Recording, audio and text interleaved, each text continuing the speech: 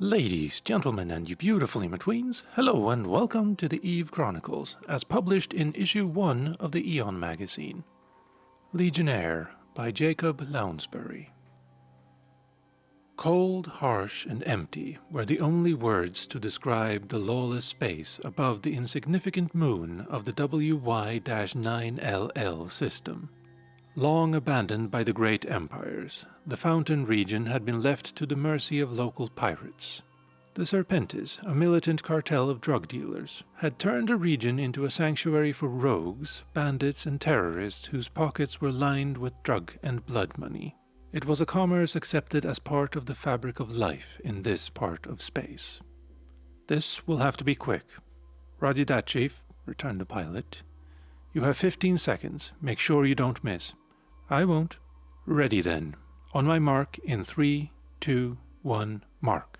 Light bent and twisted in high orbit over the grey moon. The blue-black camouflage hull of a ship began to appear.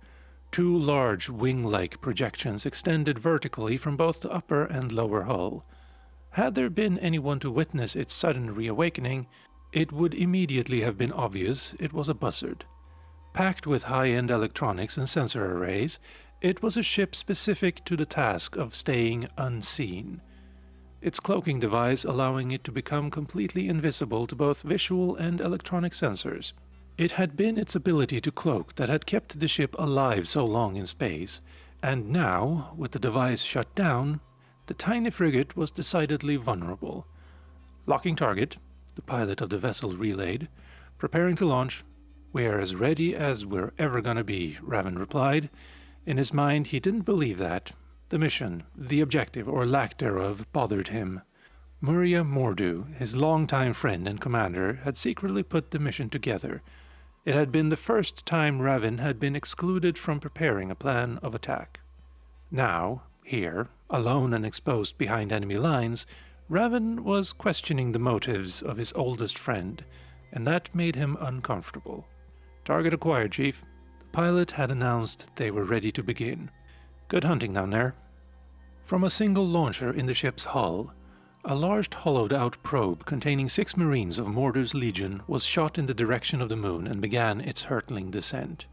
The buzzard quickly slid back into the cloaked shadow, hiding from all that might wish to do it harm. Within seconds, the probe reached the thin atmosphere of the moon, cutting into its invisible cloud like a blunt scalpel. Inside, Chief Master Gunnery Sergeant Ravin Lysander gritted his teeth, gripping the shoulder harness that tried to keep him in place. "You okay, Chief?" A young warrior was smiling, his head arched and his helmet knocking with dull thuds against the bulkhead that seemed to ripple against the outside pressure. "You worry about yourself, Einstein," Ravin growled back. "Just enjoy the ride." "I will, sir." The man looked away, his smile broader. Ravin activated a small sensor screen with nothing more than a thought. A flash of white light flooded his corner of the cramped compartment, followed by scrolling data that he quickly analyzed. The turbulence subsided almost on cue. "Thick layer of CO2 and helium," he said out loud, more for the benefit of the mission recorder. He wasn't used to flying probes, and he was all too aware that the others knew it. Time to slow down. The exterior of the bullet-shaped probe opened up, spreading 5 metallic air brakes into its surroundings. Looking like a metal flower, the oval flaps clawed into the thickening atmosphere. The probe slowed immediately, jarring the occupants and sending a clip of unstowed ammo from under Einstein's seat into the cramped center of the floor. "Sorry, sir." Stripped to its atmospheric shielding, fitted with basic navigation system, hard seating, and just enough webbing to store all the weapons, explosives, and ammunition that were deemed necessary, this was, to the best of Ravin's knowledge, the first hollowed-out scan probe ever to make planetfall. But it wasn't the landing that bothered him. Behind him, the craft's tiny engine sat silent, waiting to fulfill its one and only purpose, to lift them away from the surface as soon as the mission was complete. Just as the probe had been scavenged from the science division, the engine had been borrowed from armaments, a missile drive of all things. Ravin laughed at the potential irony, just as Maria Mordu had when he heard who had volunteered to lead the mission. As it neared the rocky surface, the probe lurched suddenly, skewing into a new cloud of turbulence. "Damn it!" Ravin clawed at the control panel, straining a gloved hand for the retro-drive control as the probe swayed against the raking winds. Firing. Now. The tiny craft pulled against the gravity of the moon and stopped dead just meters above the moon's surface. Had they been in a dropship, the mission might have ended there, yet the probe's flimsy hull had stayed intact. Einstein yelled in delight. "If you're all in one piece," Ravin leaned forward and pulled the release handle in front of him, letting the warm, toxic air from outside flood into the compartment. "Then we'll move out." The 6 armored marines broke out of the small probe and began to make their way across the desolate terrain of the moon. Their agile chameleon suits activated, the team fanned out and began to work its way across the dry, dead landscape, looking like gargoyles against the dry, dusky rocks. Outside the safety of the probe, on open high ground, nothing was spoken for fear of alerting the enemy. It took just under half an hour to reach the staging point, a small barren outcrop overlooking the old research station. Ravin checked his Gauss assault carbine, a gloved hand inspecting the auto shotgun slung under the short barrel. Satisfied that his own equipment was in order, he waited for the others to complete their own inspections. The rookie was last to complete his checks. "Revi and Des, you take the sensor array above the ducting." Both Marines nodded. "Standard white noise bursts should do it." Ravin looked back down and scoped in for a closer look at the Guardian Angel moonbase. "Make it quick. Won't they notice the whole grid go down when we cook off the burst?" Revi, a larger, brutal warrior that had served with Ravin for nearly 4 years, was asking more for the rookie than anything else. "That's why we need to move fast. They won't even have time to be distracted by the disruption." Ravin watched as they all nodded in acknowledgement. He had made one last quick assessment of his gear as he mentally noted each of his team's vital stats being fed into his suit's combat computer. "Jokuan," he nodded at the youngest and newest member of his squad, "stay close to Gynthia." It was the kid's first combat operation and Ravin was concerned. The youngster reminded the chief of himself when he was a rookie. He recalled his own first mission, a disaster from which he would not have returned were it not for Mordu taking a hail of fusion rounds on his behalf. Jokuan wasn't showing any signs of fear, but a sense of self-contempt for his lack of experience was apparent in his bearing. The kid wanted desperately to prove himself worthy, and this concerned Ravin more than anything else. Ravin was the first to break through the exterior ducting and into the station's cargo hold. As his feet touched the ground, he was already moving in the direction of the closest door, readying his weapon as his armor switched color to blend in with the metallic blue of the station's walls. Motion off to his right caught his immediate attention, and he quickly leveled the carbine in the direction of a disoriented Guardian Angel guard. He caressed the trigger twice, sending a rattling burst of fire into the chest and face of the frightened pirate mercenary. Blood splattered across the back wall as the antimatter charges tore through his unarmored chest and neck, sending him sprawling across the floor. "Left." Revi's voice was as calm as it was urgent, but before Ravin could wheel around to face the threat, a single report from the Brutus shotgun eliminated it. "Clear." Gynthia pressed off further from Ravin's right side, the rookie close in tow. Ravin reached the next door and flicked a quick hand signal that the rest of the warriors responded to immediately. Des moved past, assault rifle at the ready. Raising the weapon, he sent a swirling vortex of antimatter charges at the door's central locking mechanism, the charged ions devouring the titanium steel door. Another hand signal, and Ravin leveled his weapon, then pushed on through the smoldering doorway as rivulets of molten metal dropped from exposed beams. Flanked by Einstein, he made his way towards the center of what appeared to be a dining area. He opened fire on a man who was diving for cover behind an upturned table, his first burst clawing up the man's chest, his second carving into the skull of another who had peeked from behind a pillar just behind him. He heard multiple reports from the rest of his group's weapons as he sent 2 more bursts at a third man, no, a boy, sending the lifeless body into a waist-high mound of garbage piled in a four-corner. "Clear." "Clear." 5 replies. The command center should be past the next corridor. Ravin looked at each man's vitals as they were fed to him. "Des, do it again." "I have multiple alerts sounding," Revi motioned. "Too late now." Ravin readied himself behind Des. "Stay close. Make it happen." The door blew open as Des fired his freshly loaded cannon barrel into the locking mechanism. Ravin charged forward into the long, wide corridor that led to the hub of the station, their objective. Behind him, the 5 other Marines followed, their weapons at the ready. "It's too quiet." Des slipped a fresh antimatter charge into his neuron blaster. They were all thinking the same thing. "They're waiting for us in the command center." Ravin nodded. "Best cover, longest window of time to set up a defense." He waved Des forward. "Should be interesting." Des leveled the blaster again, and Ravin was already moving forward as the heavy weapons specialist triggered the streaming vortex of ions. The incoming fire was almost immediate. A mix of laser and blaster fire streamed through the curling smoke, violet and yellow beams, red tracer pouring through where the door had hung. Ravin dived forward, firing his hybrid and the underslung shotgun as he searched for cover. Sliding in behind a large console, he quickly found his feet and pushed himself sideways to cover the central space of the control room, leveling his weapon on 2 angels who had found cover close to the door. Bullets, charged with deadly force, 3 bursts tore through the 2 men, and they hung for a moment, 2 moments, in the air heavy with pungent scordite fumes. Ravin moved forward, readying his aim on another pirate soldier. Ravin wasn't sure what direction the blast came from, but he had little time to do anything beyond cursing himself as the swirling bolt of thorium ions tore into his armored side, just below his left arm. He came off his feet, dropping his weapon, before crashing sideways into an open console where wires hissed like snakes, spitting electrical venom.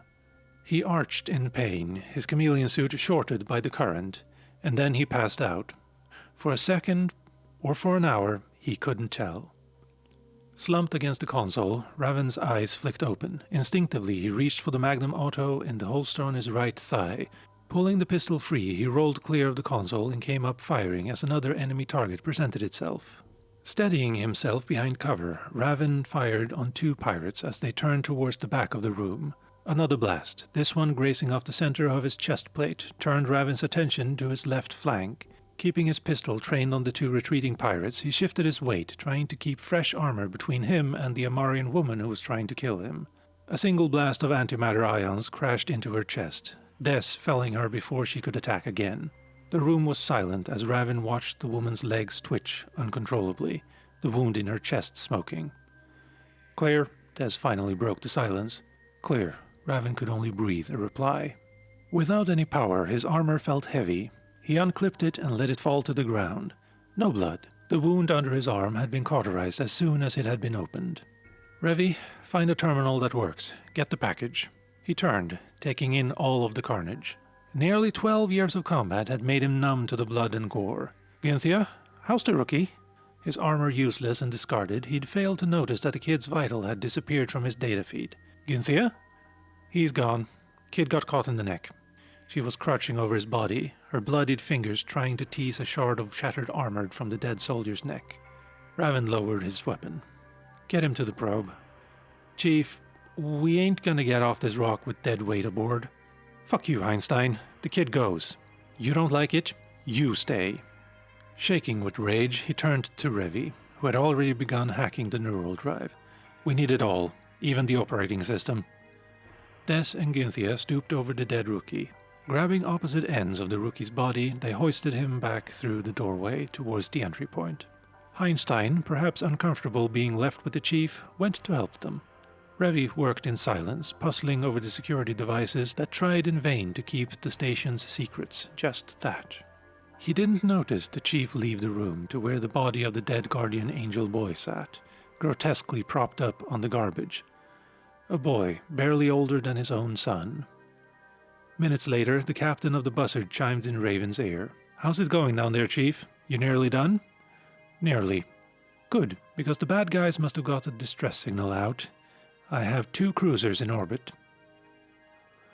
Maria Mordu watched his Raven, the Reborn, rock under the hail of railgun and missile fire as his shield booster forced more power into the electromagnetic fields that protected his vessel from damage.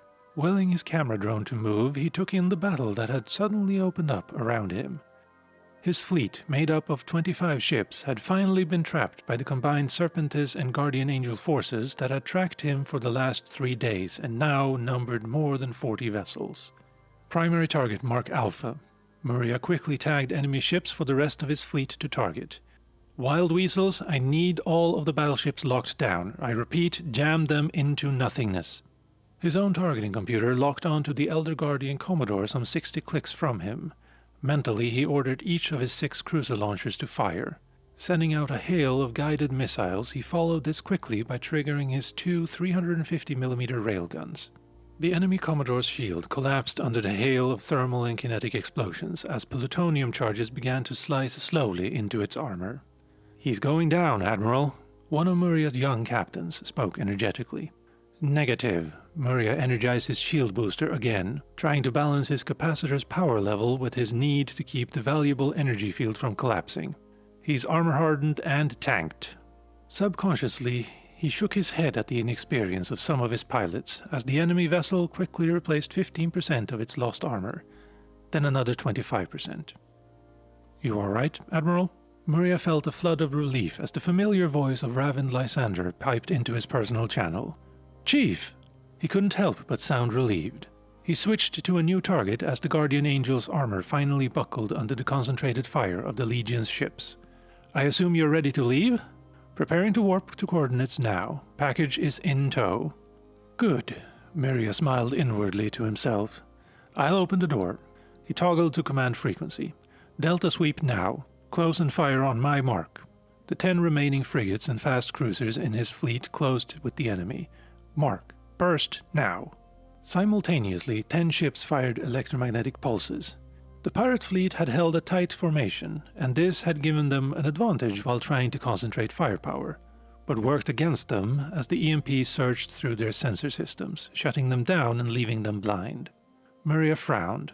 The advantage was his, but it wouldn't last for long. He ordered the fleet to form up. As from the extremes of his vision, the regional map swept into view, alight with waypoints that would lead the way home. "Time to leave, Legionnaires. Form a defensive perimeter on the other side of the gate and we'll gang our way home from there." Admiral Maria Mordu let his body slump into his chair as he watched the last of his pilots dock a battered Moa-class cruiser from the view screen that shielded him from the main door. The door chimed and Ravin stepped through. "Well," he said, "did you get what you wanted?" "I haven't heard yet," Maria shook his head. "The techs are still analyzing the data. How are you holding up, Chief?" "Good, though I can't say the same for Jacqueline."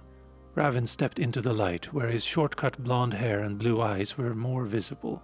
"And I still have no clue why we went on this mission, what it was for." "I know it's hard, Rav, but you have to trust me." Maria was still having problems trusting himself. "Hard to do right now." Ravin strode to the left side of the room and pointed out the window to the hangar bay, where every ship in the detachment lay wounded and scarred. "How many did we lose?" "A damn sight more than your one rookie, Lysander." Had he been able, he would have stood. Instead, he spun around in his chair and faced the window. His voice softened. "I'm sorry about the kid. By all accounts, he showed a lot of promise. I lost 7 commanders out there and thousands of crew. I lost some old friends, older even than you. But some things are bigger even than the Legion. We're just soldiers, you and me, and in this war, I'm not just giving orders, I'm having to take them as well. The world is changing, perhaps not for the better, but it's changing. I don't like it."